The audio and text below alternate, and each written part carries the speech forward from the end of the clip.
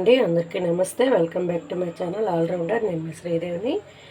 నేను ఈరోజు ఇడ్లీకి కారపొడి తయారు చేయాలనుకుంటున్నాను. ఇడ్లీకి మినపట్లకి కూడా బాగుంటుంది, చపాతీలు కూడా బాగానే ఉంటుంది, కానీ ఇడ్లీకి మినపట్లకి అయితే ఎక్కువ బాగుంటుంది. ఇప్పుడు తయారు చేసే విధానం, ముందుగా స్టవ్ మీద కళాయి పెట్టుకోవాలి. ఇప్పుడు మీడియం ఫ్లేమ్లో పెట్టాలండి.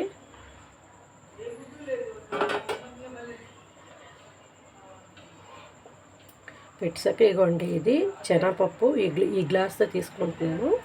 ఇగోండి, ఈ గ్లాస్తో శనగపప్పు అంతా ఇదే పొల మీద వేయాలండి. అన్నీ ఒకే గ్లాస్తో తీసుకోవాలి. పొలంతా మీడియం ఫ్లేమ్లో వేస్తూ ఉండాలి. ఇగోండి, శనగపప్పు అంత వేసాను, మినపగుళ్ళు కూడా అంతే వేయాలి. ఇది కొంచెం వేగింది, మినపగుళ్ళు కూడా ఇందులో వేసేస్తున్నాను. ఇదిగోండి, ఇది కొంచెం ఒక 2 మినిట్స్ 3 మినిట్స్ వేగిన తర్వాత పెసరపప్పు వేసుకుంటున్నాను. పెసరపప్పు కూడా వేసి వేయాలి.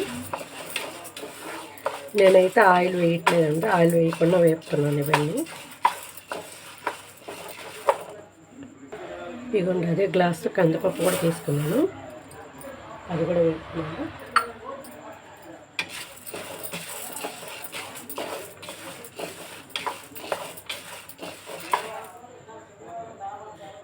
మీడియం ఫ్లేమ్లోనే వేపుతుండాలంటే అలాగా.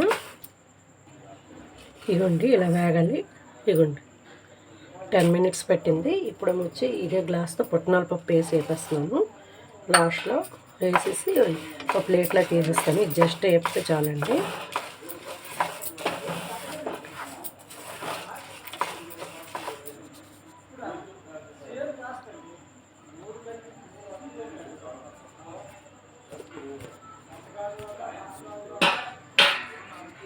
అయిపోయింది, ప్లేట్లో తీసేస్తున్నాను.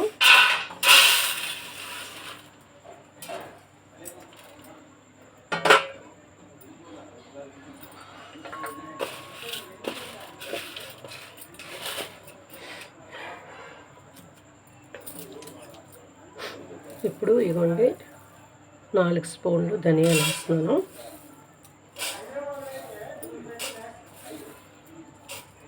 తర్వాత 2 స్పూన్స్ జీలకర్ర వేస్తున్నానండి.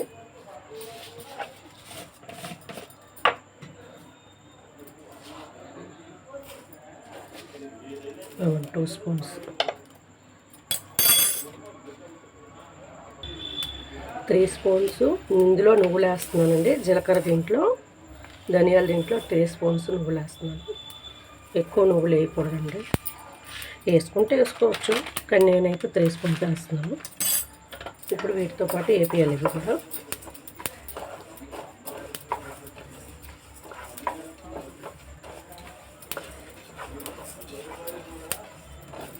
ఈ సమ్మర్లో ఏవైనా స్టవ్ దగ్గర స్టవ్ దగ్గర వంటలు చేయాలంటే చెమటలు ఎక్కువైపోతాయండి, చెమటలు కారిపోతాయి.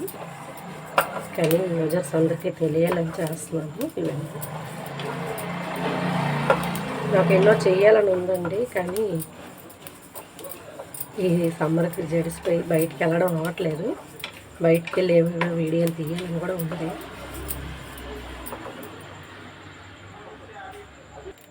ఇవ్వండి, ఇవి కూడా ఏగిపోయి తీసేస్తున్నాను ఇందులోకి.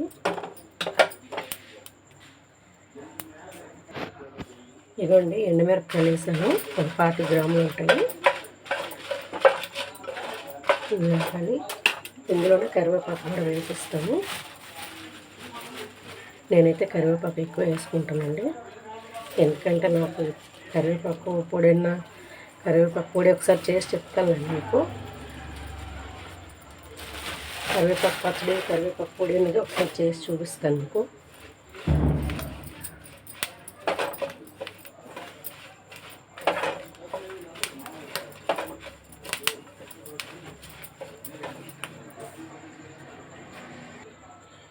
ఎవరికి ఎంత కారం కావాలంటే అంత వేసుకోవచ్చండి. నేను మరీ ఎక్కువ మరీ తిన్నాను, తక్కువ కొంచెం, అంటే మీడియంగా తింటాం కారం.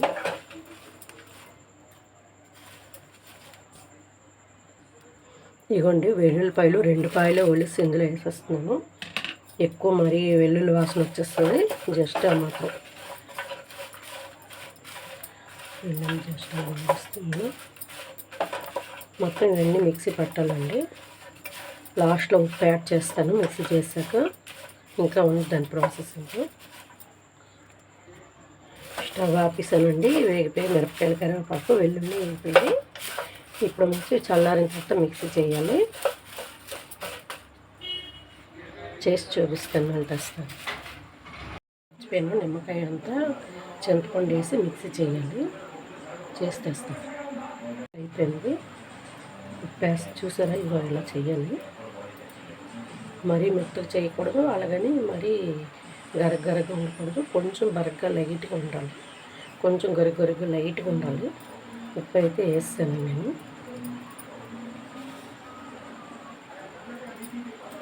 ఉప్పు వేసిన తర్వాత కలుపుకోవాలి. ఇలాగా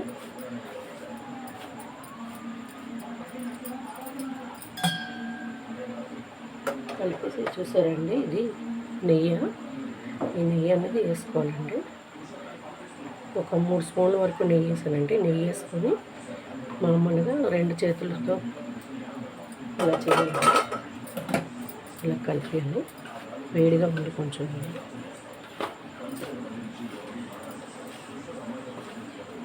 ఇలా 2 చేతులతో ఇలాగ అనాలంటే అనేసి చూపిస్తాను.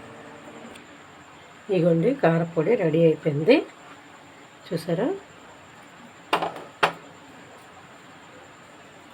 ఈ వీడియో నచ్చితే like and share and subscribe చేయండి ఫ్రెండ్స్. నమస్తే.